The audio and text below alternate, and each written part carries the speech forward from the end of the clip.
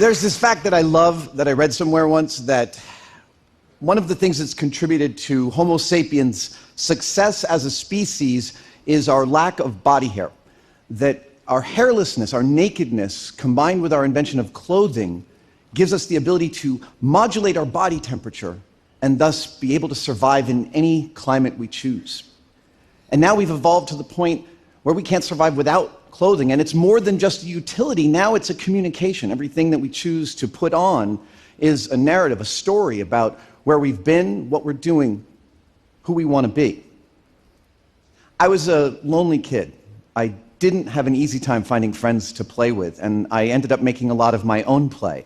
I made a lot of my own toys, and it began with ice cream. There was a Baskin Robbins in my hometown, and they served ice cream from behind the counter in these giant 5-gallon cardboard tubs. And someone told me, I was 8 years old, someone told me that when they were done with those tubs, they washed them out and they kept them in the back, and if you asked, they would give you one.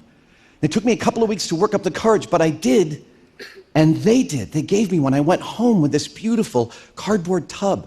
And I was trying to figure out what I could do with this exotic material, metal ring, top and bottom, and I started turning it over in my head, and I realized, wait a minute, my head actually fits inside this thing. I cut a hole out, I put some acetate in there, and I made myself a space helmet. I needed a place to wear the space helmet, so I found a refrigerator box a couple blocks from home. I pushed it home, and in my parents' guest room closet, I turned it into a spaceship. I started with a control panel out of cardboard. I cut a hole for a radar screen and put a flashlight underneath it to light it. I put a view screen up, which I offset off the back wall, and this is where I thought I was being really clever. Without permission, I painted the back wall of the closet black and put a star field, which I lit up with some Christmas lights I found in the attic, and I went on some space missions. A couple years later, the movie Jaws came out, and I was way too young to see it, but I was caught up in Jaws fever like everyone else in America at the time. And there was a store in my town that had a Jaws costume in their window, and my mom must have overheard me talking to someone about how awesome I thought this costume was, because a couple days before Halloween, she blew my freaking mind by giving me this Jaws costume. Now, I recognize it's a bit of a trope for people of a certain age to complain that kids these days have no idea how good they have it, but let me just show you a random sampling of entry-level kids' costumes you can buy online right now. And this is the Jaws costume my mom bought for me. This is a paper-thin shark face and a vinyl bib with the poster of Jaws on it. And I loved it. A couple of years later, my dad took me to a film called Excalibur. I actually got him to take me to it twice, which is no small thing because it is a hard R-rated film. But it wasn't the blood and guts or the boobs that made me want to go see it again. They helped. It was the armor. The armor in Excalibur was intoxicatingly beautiful to me. These were literally knights in shining, mirror-polished armor. And moreover, the knights in Excalibur wear their armor everywhere. All the time. They wear it at dinner. They wear it to bed. I was like, are they reading my mind? I want to wear armor all the time. And so I went back to my favorite material, the gateway drug for making, corrugated cardboard, and I made myself a suit of armor, replete with the neck shields and a white horse. Now that I've oversold it, here's a picture of the armor that I made.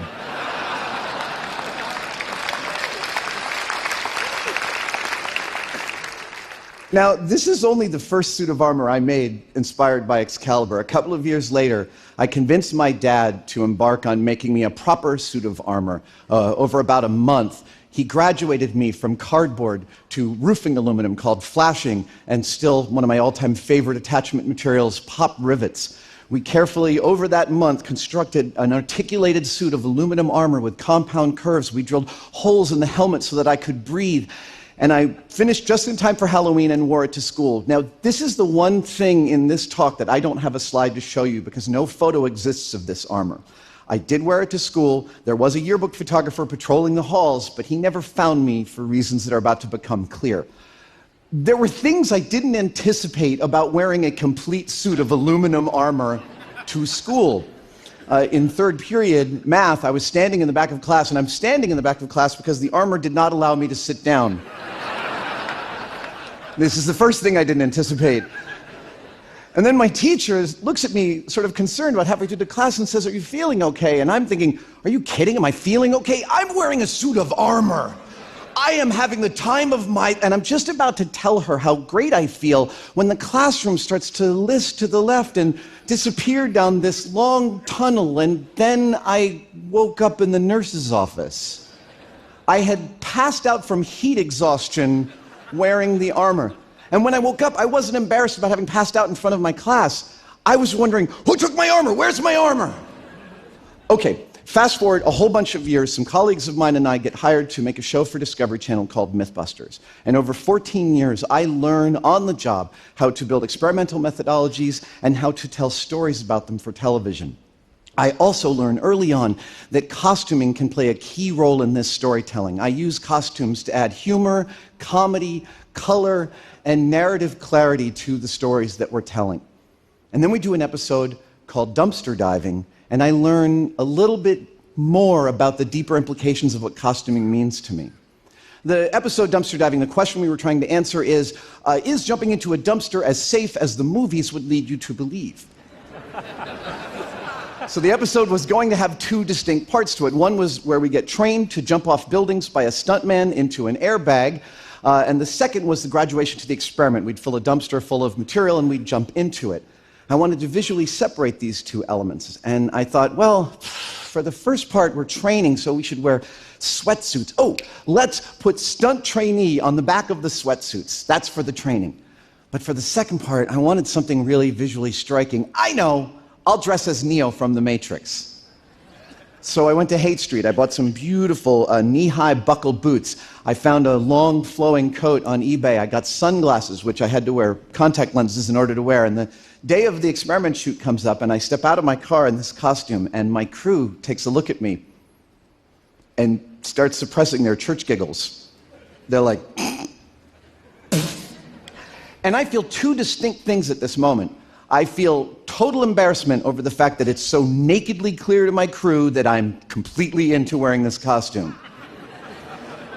But the producer in my mind reminds myself that in the high-speed shot in slow-mo, that flowing coat is going to look beautiful behind me.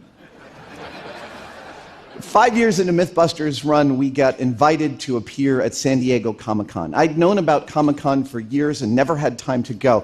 This was the big leagues. This was costuming mecca. People fly in from all over the world to show their amazing creations on the floor in San Diego, and I wanted to participate. I decided that I would put together an elaborate costume that covered me completely, and I would walk the floor of San Diego Comic-Con anonymously. The costume I chose, Hellboy. That's not my costume, that's actually Hellboy. But I spent months assembling the most screen-accurate Hellboy costume I could, from the boots to the belt to the pants to the right hand of Doom. I found a guy who made a prosthetic Hellboy head and chest, and I put them on. I even had contact lenses made in my prescription. I wore it onto the floor at Comic-Con, and I can't even tell you how balls hot it was in that costume. Sweating. I should have remembered this. I'm sweating buckets, and the contact lenses hurt my eyes, and none of it matters because I'm totally in love. Not just with the process of putting on this costume and walking the floor, but also with the community of other costumers. It's not called costuming at cons, it's called cosplay. Now, ostensibly, cosplay means people who dress up as their favorite characters from film and television, and especially anime, but it is so much more than that. These aren't just people who find a costume and put it on. They mash them up. They bend them to their will. They change them to be the characters they want to be in those productions. They're super clever and genius. They let their freak flag fly, and it's beautiful. But more than that, they rehearse their costumes. At Comic-Con or any other con, you don't just take pictures of people walking around. You actually go up and say, "Hey, I like your costume, can I take your picture?" And then you give them time to get into their pose. They've worked hard on their pose to make their costume look great for your camera. And it's so beautiful to watch. And I take this to heart. And at subsequent cons, I learn Heath Ledger's shambling walk as the Joker from The Dark Knight. I learn how to be a scary ringwraith from Lord of the Rings, and I actually frightened some children. I learned that that head laugh that Chewbacca does. And then I dressed up as No-Face from Spirited Away.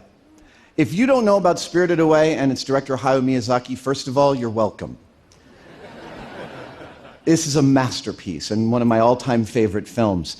It's about a young girl named Chihiro who gets lost in the spirit world in an abandoned Japanese theme park. And she finds her way back out again with the help of a couple of friends she makes, a captured dragon named Haku and a lonely demon named No-Face. No-Face is lonely and he wants to make friends, and he thinks that the way to do it is by luring them to him and producing gold in his hand. But this doesn't go very well, and so he ends up going on a kind of a rampage until Chihiro saves him, rescues him. So I put together a No-Face costume, and I wore it on the floor at Comic-Con. And I very carefully practiced No-Face's gestures. I resolved I would not speak in this costume at all. When people asked to take my picture, I would nod, and I would shyly stand next to them, and they would take the picture. And then I would secret out from behind my robe a chocolate gold coin.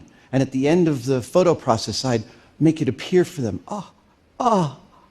Like that. And people were freaking out. Holy crap, gold from No-Face. Oh my God, this is so cool. And I'm feeling it. I'm walking the floor. It's fantastic.